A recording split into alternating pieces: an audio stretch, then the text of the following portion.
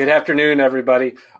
This is Ben Miller with Dragos, and we appreciate you joining today as we talk about TRISIS and what it means to the community and overall.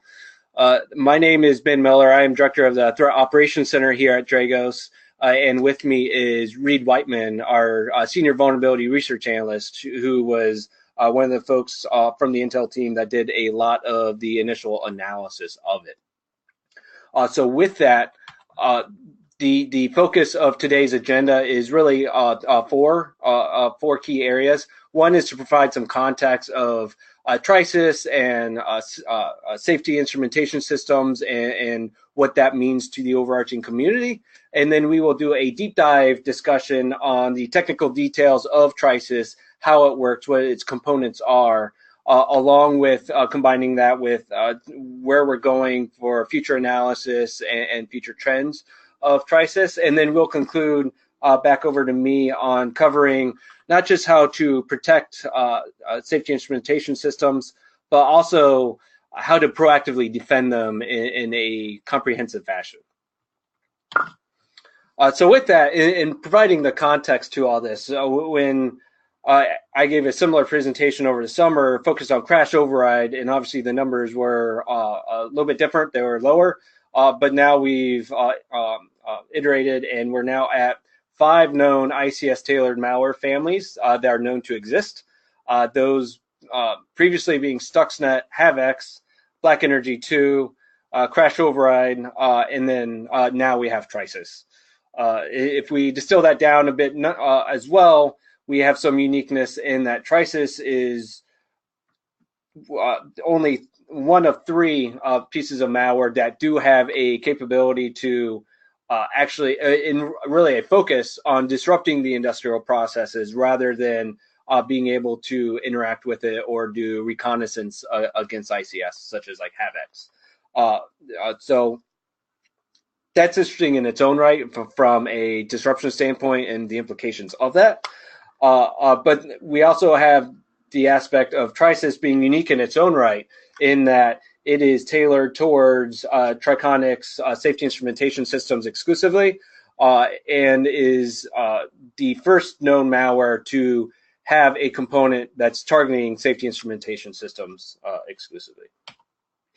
But to give a timeline on Dragos and our approach to all this, we uncovered TRISIS back on November 17th.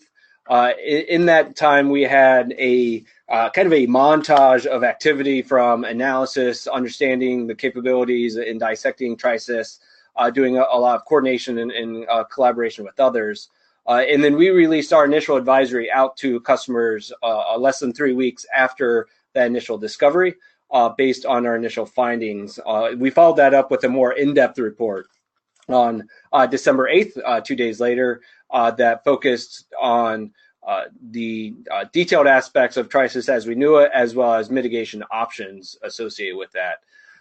On December 10th, we focused on moving from a triage standpoint into a sustained sort of continuing analysis and monitoring of TRISIS, looking for new samples, integration of TRISIS components into the Dragos platform itself for defensive purposes.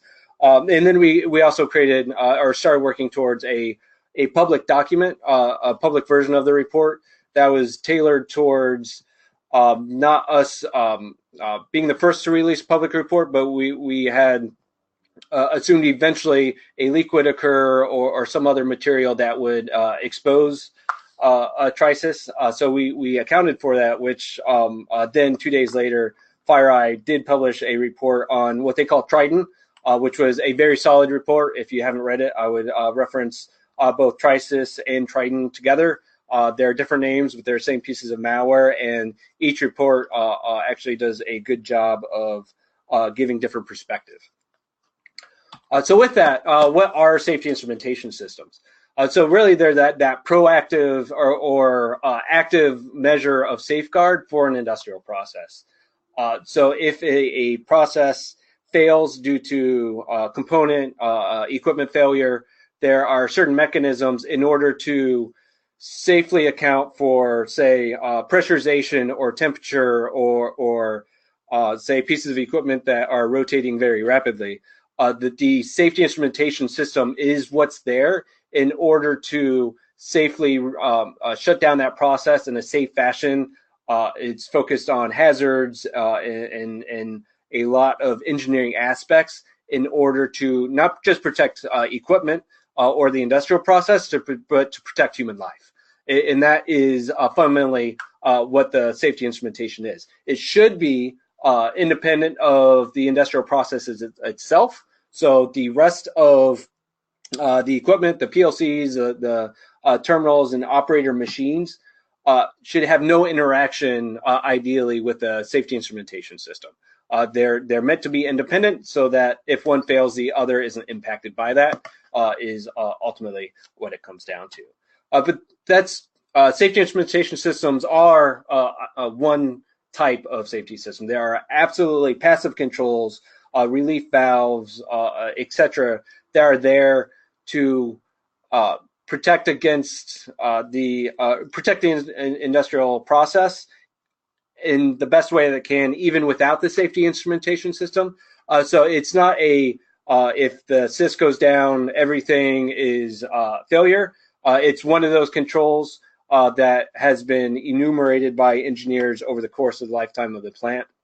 And that is absolutely something to keep in perspective of when you are looking at TRISIS, the implications to SIS. There are other external factors that help protect the plant beyond the SIS. And that's something important to understand as we move forward. But with that, I'm going to turn it over to Reed Whiteman, where he can do a deep analysis of our understanding of TRISIS today. Reed? Sure. Thank you, Ben. So here's what we know and what we don't know. What we know is that there was an executable called trilog.exe, and that program is an application that was compiled. It was written in the Python programming language, which is kind of convenient for us because it means it can be decompiled into the Python source code, and we'll get to analysis of that. We know that the trilog.exe has a logic update mechanism inside of it. And we also know what the two of the payloads. We'll only cover one of the payloads. We know what the first logic payload was that was sent to the controller. We understand it very thoroughly, and we have some pretty good speculation about what is in the second payload. We don't know the second logic payload, though. That is not a publicly available piece of information at this point. We also don't know all of the details of the communication library that the trilog.exe executable used. We can intuit quite a lot about how that library works just from the main trilog program itself, but we don't actually have the source material for that analysis. So before we begin diving into this, we want to talk a little bit about logic. So logic programming languages are really the basis of all programmable controllers, including safety systems.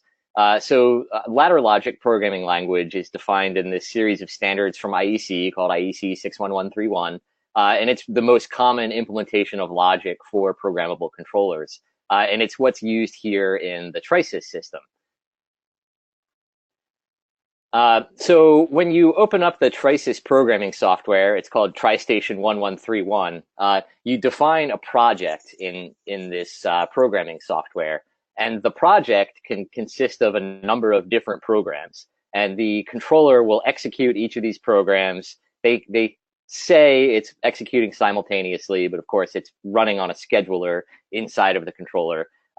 So basically, you would define a program as being either a safety program or a control program. And then you can make, in order to organize your code, you have programs, and then you can also define functions. Functions are just reusable blocks of code that might be used by more than one program. So safety programs and control programs have different labels inside of the TriStation software. If you have a safety program, you're only allowed to call external functions that are defined as being usable for safety. And if you have a control program, then you can use either type of function in your system. This is just to outline that a safety program is not allowed to call, an unsafe function. This is to kind of help your engineers say, hey, we're defining this reusable block of code in this ladder logic programming language. We've thoroughly vetted this one piece of code, so we've said that it's usable for safety functions. Now when your engineers want to step in, they can use that function inside of a safety program. So what happens when you actually write this ladder logic? Well, there's three main programming languages people use for ladder logic programming. There are function block diagram, ladder logic itself, LAD, and then there's structured text programming languages. They all offer exactly the same features. It's just a matter of how exactly, graphically you put the program together. In this example, we're taking a piece of code in the function block diagram programming language. That's the code on the left. FBD is like graphical programming language. So this is a really simple example where we have a program with just two Boolean values, Dragos bool1 and Dragos bool2. The program, every time it executes, it just takes whatever is in Dragos bool1, negates it, and puts it into Dragos bool2. Now, when you're writing this inside of the TriStation software, and you say to build this program and load it into the Triconix controller, what happens behind the scenes is this function block diagram code is actually compiled into assembler code, and the assembler code is then built into binary code that's run on the controller itself. So in this case, the function block diagram code on the left is converted to the assembler code on the right, and it's actually several hundred lines of assembler code. We're only showing the very first part of it. The top 5 lines of assembler are a function prologue, and then the remaining lines of the code are the main loop of the program, beginning at the label line 0. So you can do a couple of things with Triconix controllers, and one of the features that you can perform, or one of the functions you can perform, is to append to a program. So the TriStation software lets you upload changes to a controller so that you don't overwrite all of the programs that are on a controller. You just upload the changed code. No matter what you choose to do, if you're uploading, completely overwriting the memory in the Triconix controller, or if you're just appending to a program, you use this TriStation protocol. This protocol is a proprietary protocol. There's no public documentation on it, although there are a few research papers in the academic world that reverse engineer the protocol to some extent. But this protocol uses UDP port 1502. And I don't recall at this time if you can configure that on the controller. I think you might be able to change that port if you so choose. But appending a program lets you append to an existing program that's running in the controller. And this appears to be what TRISIS is using for loading itself onto the Triconix controller.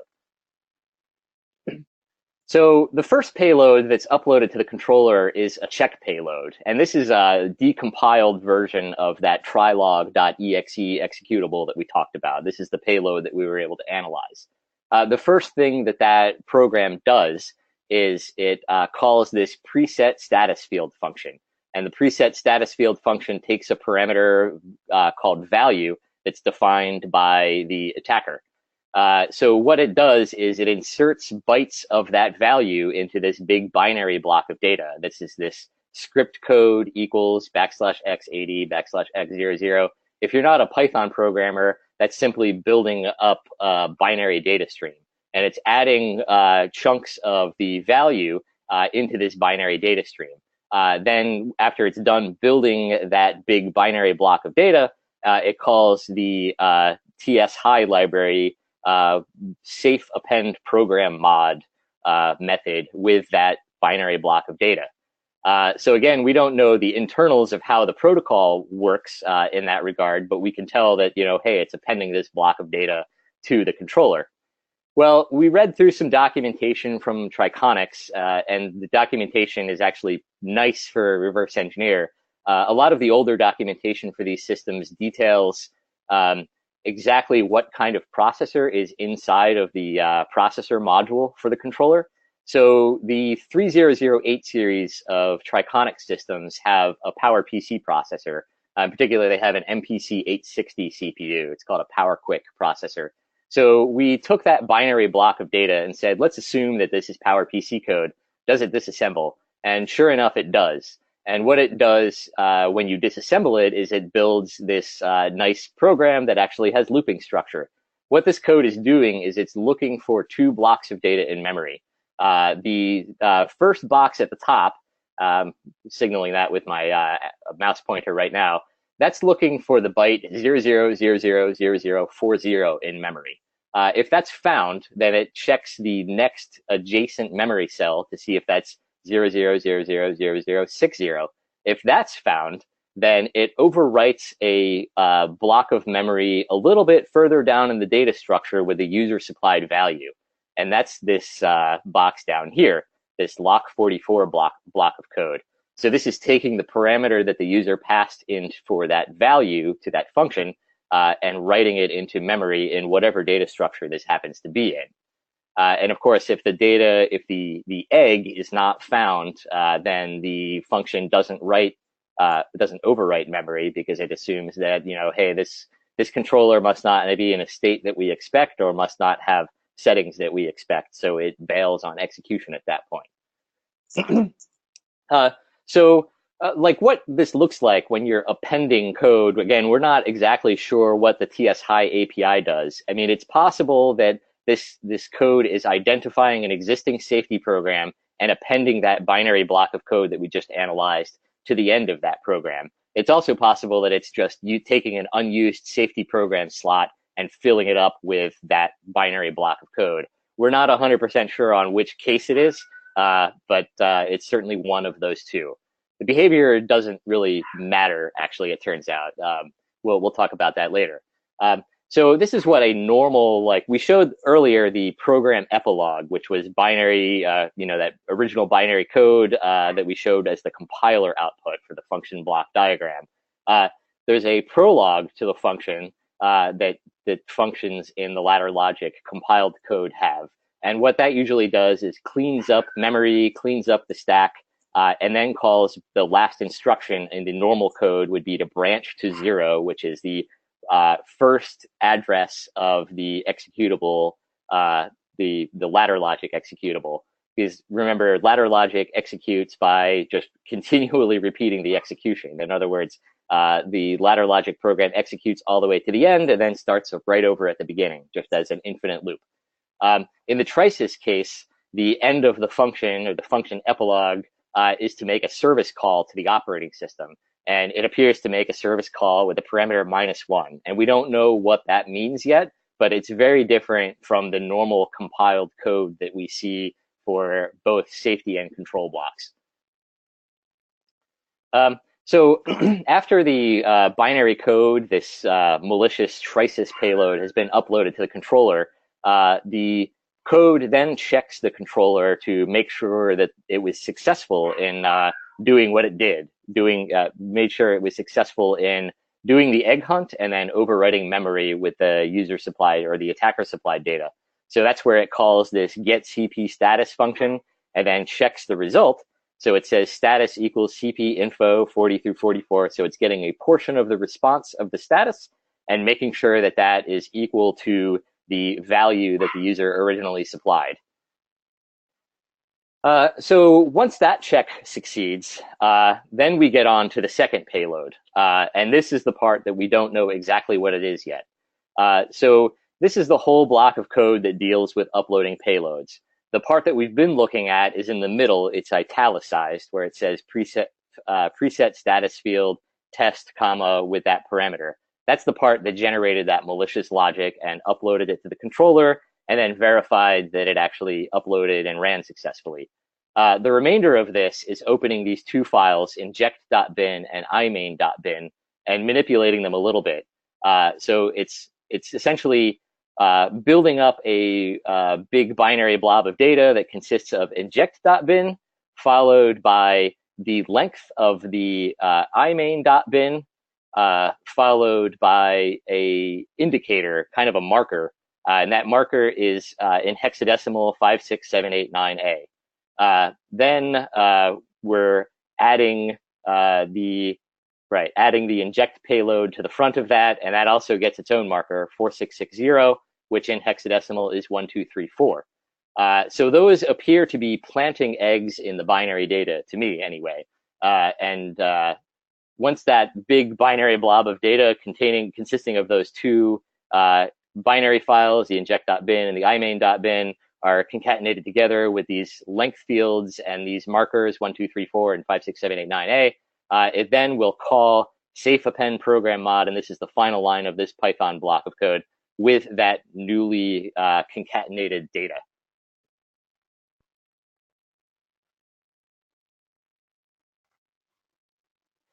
So there's a little bit of speculation about what the second logic upload is doing, but we are pretty confident that it's going to be another egg hunt block. The egg is probably going to be looking for those delimiters 1, 2, 3, 4, and 5, 6, 7, 8, 9a that we talked about in the last slide. So what we think is going to happen here is that the inject.bin is going to be looking through memory for those markers, the 1, 2, 3, 4, 5, 6, 7, 8, 9a, and it will also be looking through in memory for probably another program. And the goal here is to overwrite portions of the other program's code with the contents of imain.bin.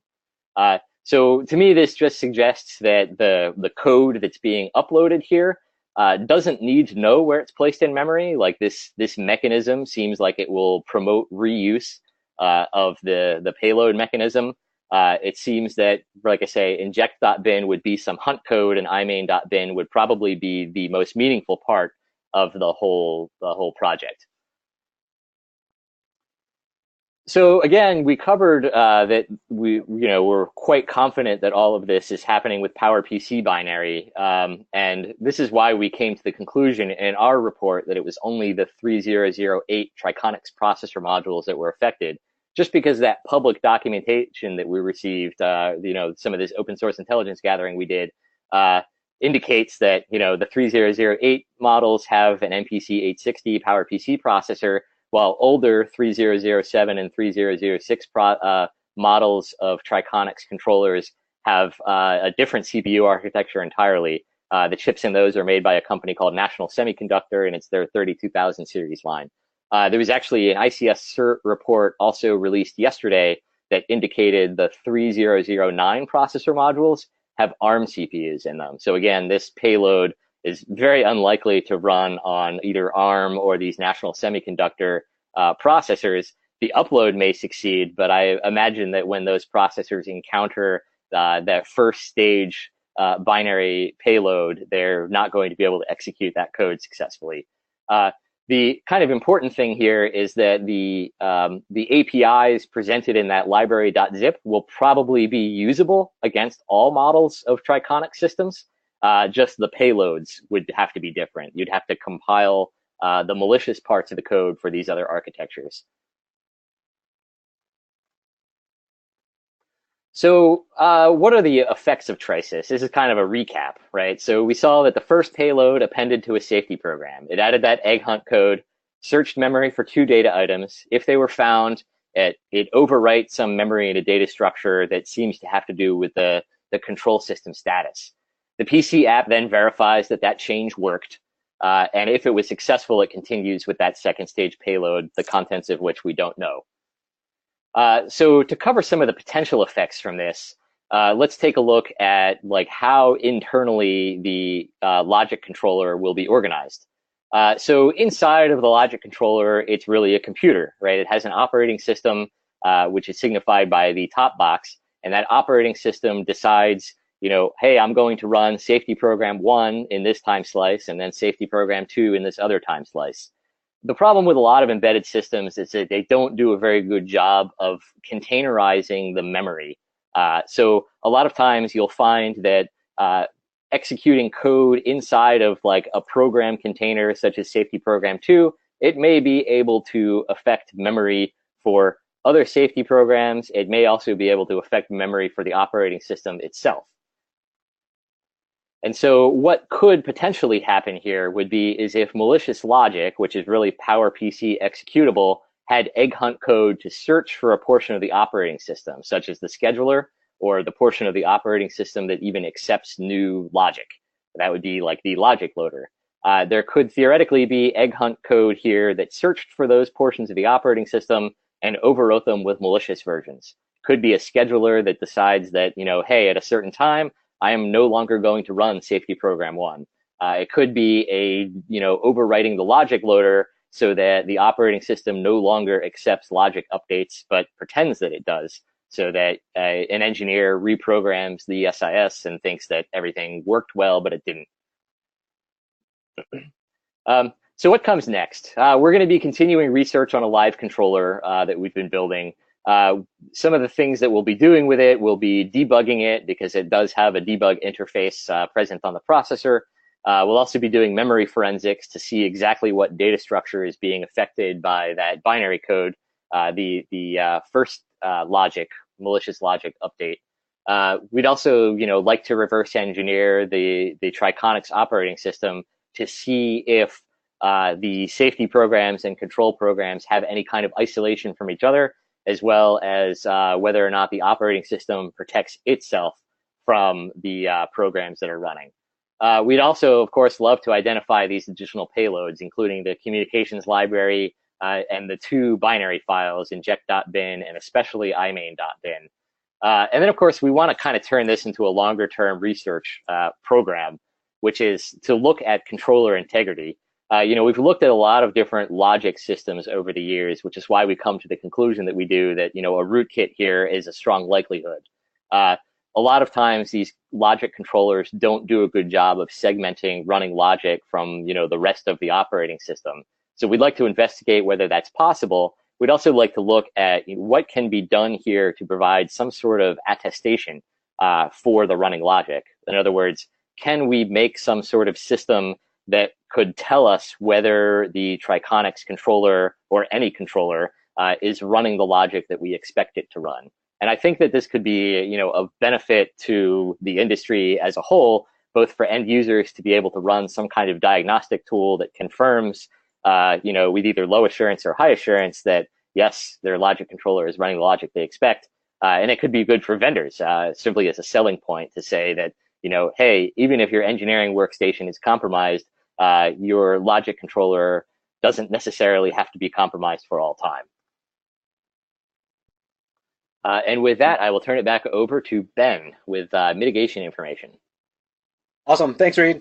So there is this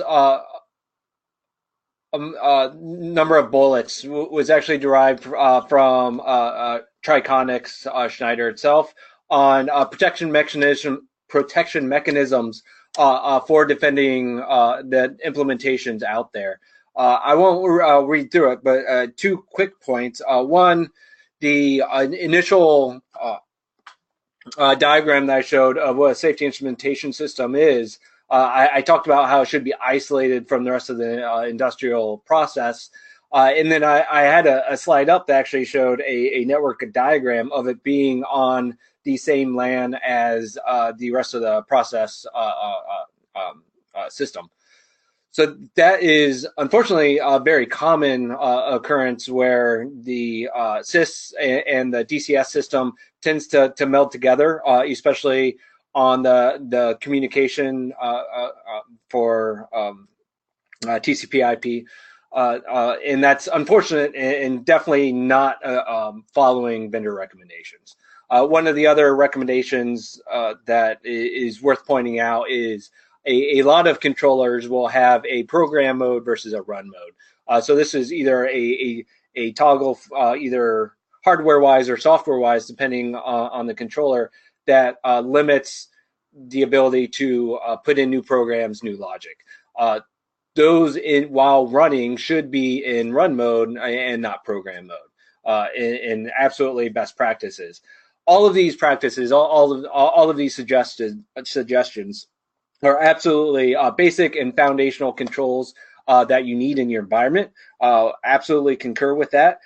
However, when you're dealing with a actor that's using a component, basically a potential rootkit like TRISIS against a CIS system, any particular static control that they may run into, they will likely find a way around that. So when you're dealing with static protective controls in a dynamic adversary, generally the dynamic adversary is going to win.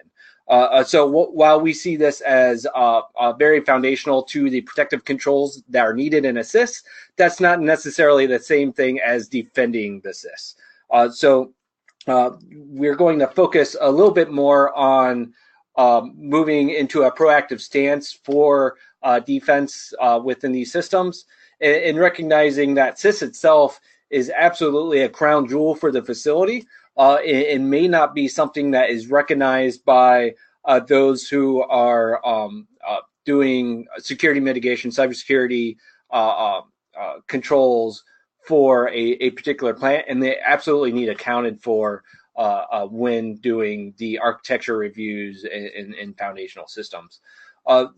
Today, I'm going to present two different frameworks on different perspectives of thinking about defense for a SIS system. One of them is ICS Kill chain, and we'll kind of enumerate what an ICS Kill chain is if you're not familiar with it very briefly, and then go step by step into how to defend based on those phases, both from an architectural standpoint, so that's kind of like a passive or not passive, but a protective control mechanism, and then the defensive, the proactive steps that are also needed to move it not just from a static security posture, but also looping in the human element to be able to defend the system. The second framework that we'll also quickly go through is the 4 different types of detection that is really just another lens of looking at the same problem, and maybe a little bit more illustrative as well. So with that, the ICS Cyber Kill chain was released as a white paper in August of 2015. And it goes through, it is built on the more traditional cyber kill chain, which was released in 2011. So the traditional IT cybersecurity kill chain is really that focus. The blue phases of the stage 1 would be a very typical IT cyber kill chain.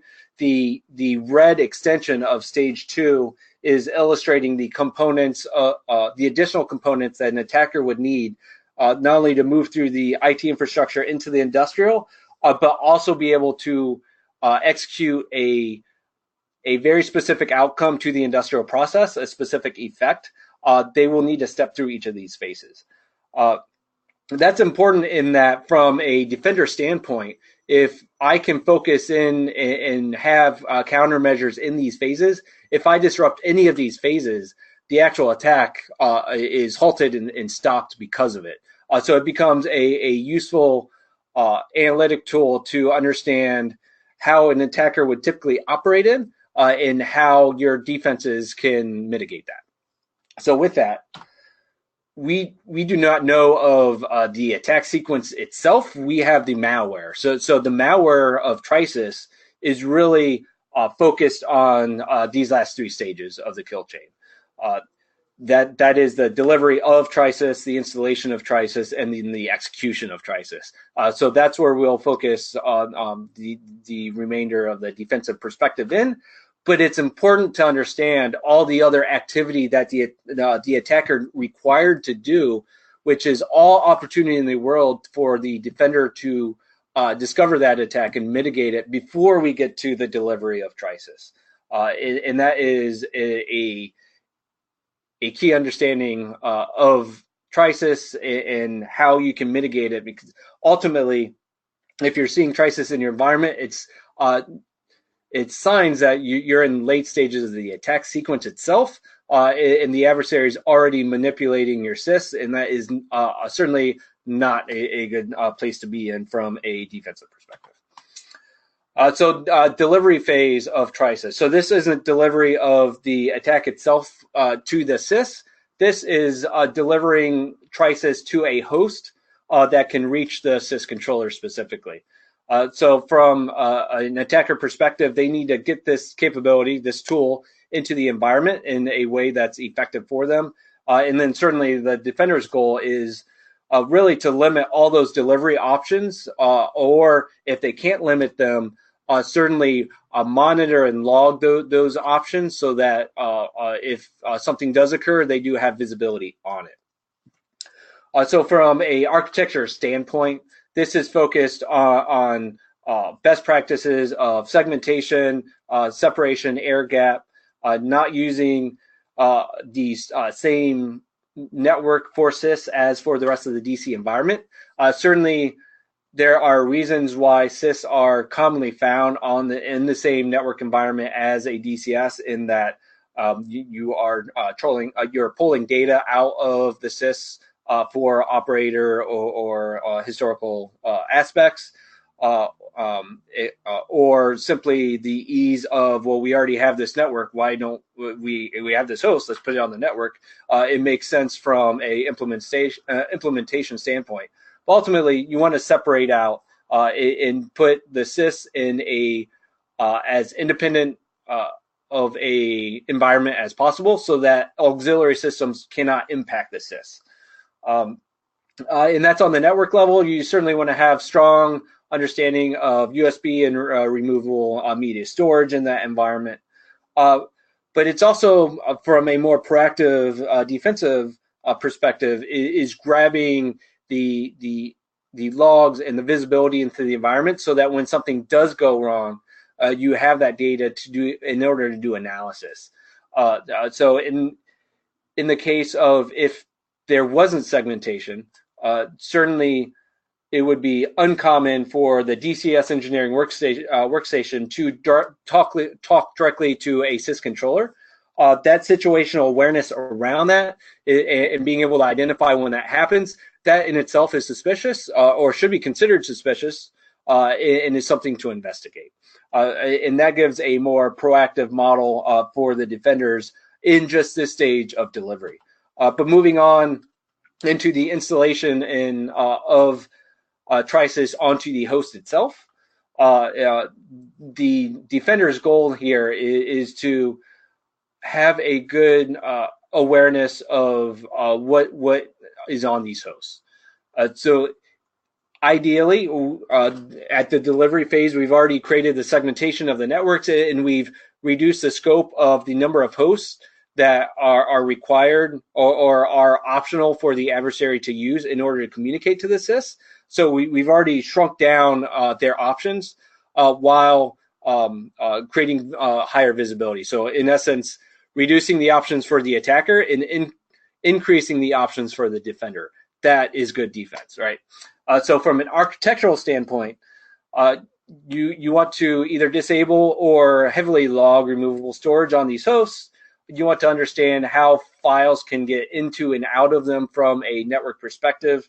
You want to focus not on users that, say, have administrator privileges on a box, but also implement strong file system permissions where they only have write permissions in as few directories as possible, number of programs that they can execute, etc.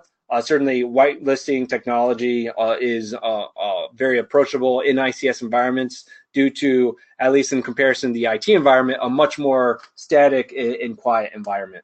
But from a defensive perspective, you need to also get in front of the attack and understand, excuse me, understand and be proactive in preparing for an attack by baselining and understanding known good environment variables, whether these are known good files within the file systems, processes that are running, services that are running within the system, or user accounts or groups that are created. Excuse me. All of this is critical when, after the fact, if you do find TRISIS, you can start enumerating how it got into your environment and where it is in the environment in a much more proactive sense than having a large bucket of unknowns and weeding through each of those over the course of a several-day period. And then certainly, I think, excuse me, every report that has covered TRISIS today, whether it is our TRISIS report that went out to our customers, the FireEye Trident report, or the ICS cert NKIC/NKIC report on what they've dubbed as Hatman all have attached YARA signatures to them, which we'll get into when we get into the visibility and types of detection that are out there. But certainly from a reporting perspective, it makes sense to understand that host-based scanning and indicator sweeps can add value in their own right from a defensive perspective. And then finally, it's the actual execution of TRISIS. So this is important in that it is assumed that the attacker at this point knows a lot of information about the SIS, so that they know the IP addresses and how to communicate with them. They know the model. They know the likely the types of programs that are on the SIS controllers. So your options from a defensive perspective start getting narrower while the attackers actually open significantly. But ultimately, the architecture considerations are very similar to the delivery, which is, again, limiting what hosts can actually talk to the SIS controllers. For those hosts that can communicate, such as a SIS engineering workstation or the operator terminals, you can still narrow the opportunity of the attacker by implementing network host-based firewalls, a strong filtering of these devices, so that if, say, a operator terminal is accessing SIS data through an OPC server, it absolutely doesn't need to talk directly to the SIS controller via the Triconics protocol, so therefore that should be blocked, for instance. So those sorts of components add a rigor to the architecture that is very trying for the adversary and very helpful for the defender.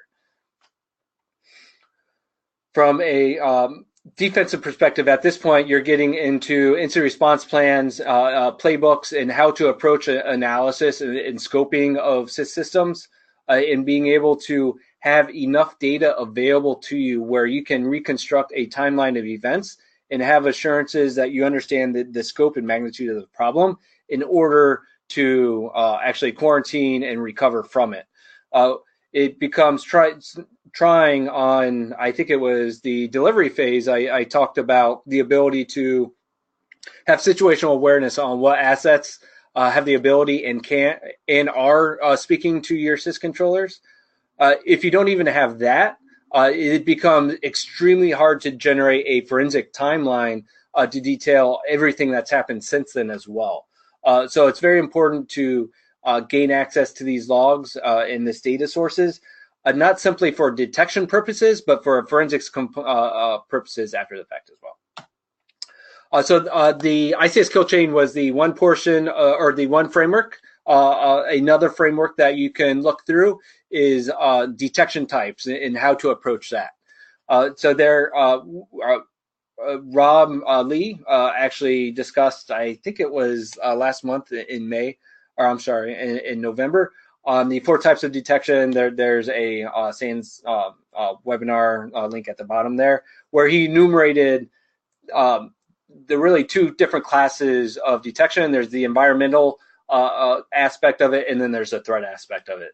And then you can divide those into 2 groupings as well. So on the environmental side, you're really trying to understand your known environment variables, or I'm sorry, your unknown environment variables through modeling and analysis. So this is things such as outlier network activity that's never occurred before, or spikes or low dips, and being able to communicate that from a detection perspective of, say, a DDoS attack would be very valid from an environmental modeling perspective.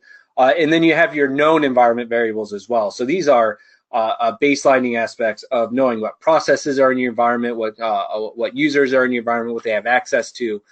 Those are all strong tells for adversary actions, say using a account that shouldn't exist in your environment.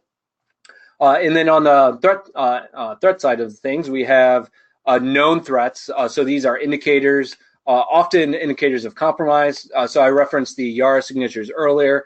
I think a lot of the reporting that comes out in the community has indicators of compromise associated with them, and they're absolutely valid in a basic form of detection for a known activity, but they're only one form. And quite frankly, I think they get abused by a lot of the asset owners I've worked with in the past, where they may get a government reporting with indicators of compromise. They'll run those indicator of compromises through, say, their internet footprint, looking for C2 mechanisms. They do not necessarily apply those indicator sweeps within the DCS or SIS environments, certainly. However, that is not what's communicated necessarily to leadership. So I think there's a gap in how you can effectively use indicators within industrial environments, because certainly a indicator for external IP addresses or command and control, doing a sweep of that inside a DSS environment that you know is not directly connected to the internet is a bit disingenuous as well.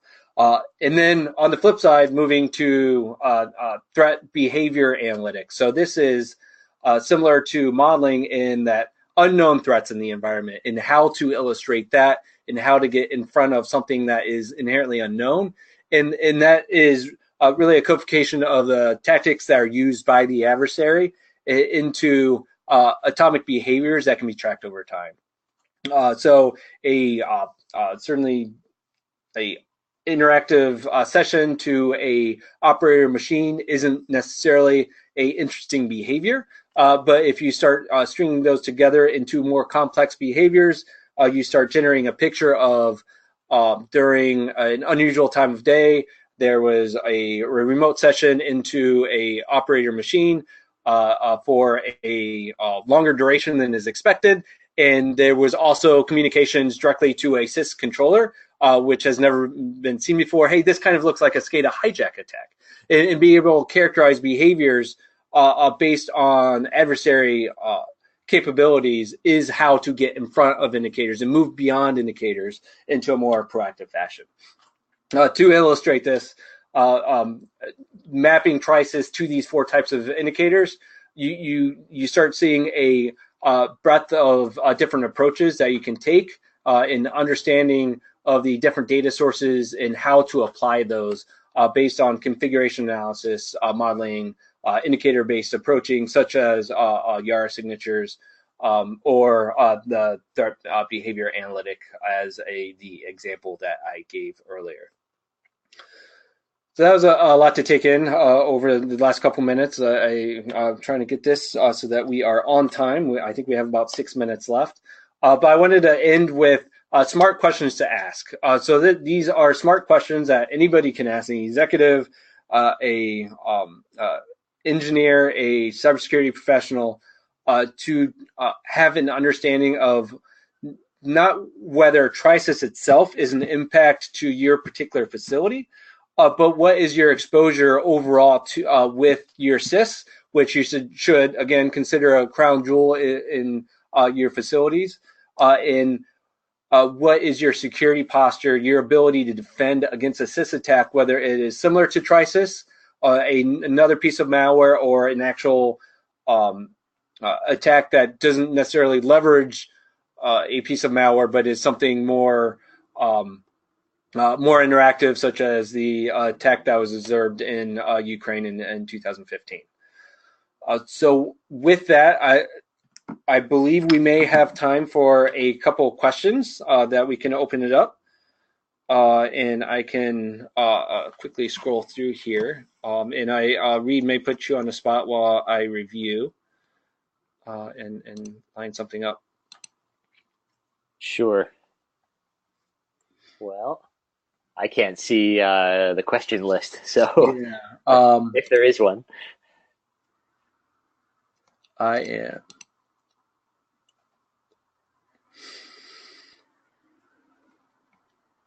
Nope.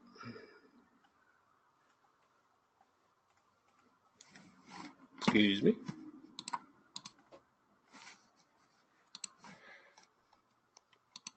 Yeah, I don't see any mechanism for folks to post questions, unfortunately. Okay, maybe I'm the only one who has visibility. So a question would next generation anti-malware such as Carbon Black or Silence as examples have prevented this attack. And actually, I will answer a bit of that. I'm not sure if you have any thoughts on it, Reed, but ultimately, when we detected this back in, or found this back in November, all of the AV vendors had 0 hits for this, because I mean, ultimately it's basically Python scripts that are running and creating and starting sessions, network sessions. So I'm not convinced that any particular anti-malware capability would be able to detect this without knowing about TRISIS ahead of time.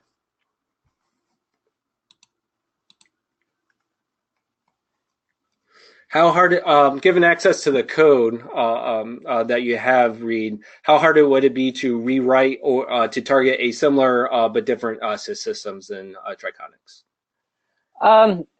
The code appears to be fairly specific to the Triconic system, but I would say that the overall scheme is going to be similar. I mean, this code is pretty similar to the proof of concept exploits that we've written in the past for programmable logic controllers. You would definitely need to know what the architecture of the controller is in order to do this sort of code hijacking. So you do need to write code specific for the controller, which is probably going to require that you purchase a controller or at least read a lot of documentation on it. I would say that it's more of a conceptual compatibility. Certainly the code, though, will be very useful for attacking all models of Triconic's controller. The only difference will be the payloads. I don't believe that the TriStation protocol is going to behave very differently from the Triconic's version 6, version 7, version 8, version 9 hardware. I'm willing to bet that the TriStation protocol is identical for the modern hardware that ICS Cert reports contains the ARM CPUs. Again, it's just a matter of making new binary code, new binary payloads. Perfect. I have one more question, and then we will wrap up. Has Triconics patched this vulnerability, which I will say that there wasn't any particular vulnerability itself that was attacked. The functionality was as written. There wasn't necessarily any exploit code, but I will let you add to that, Reed. Right. I have seen mention that the new version of Triconic systems added X509 certificates to perform authentication, although I don't know to what level they do that, whether that's mutual authentication, if the client software is going to verify that it's connecting to a legitimate server, and if the controller is going to verify that a legitimate client are connecting up to it. But that certainly is a partial mitigation, at least. Again, you have to remember that if the software is being run from a safety engineering workstation that has access to those certificates, then the software could potentially use those certificates to gain access to the controller. Perfect. And we are coming right on time, so I apologize for not talking faster so that we couldn't get to some of the more of the questions. There's a lot of questions, but appreciate everyone joining and taking an hour out of your day to meet with us at Dragos and talk about TRISIS. I think it will be something that will continue to be talked about in the community here for the next several months, as there are still a lot of unanswered questions. But again, thank you for joining, and remember, defense is doable. Thank you. Bye, everyone. Bye, all.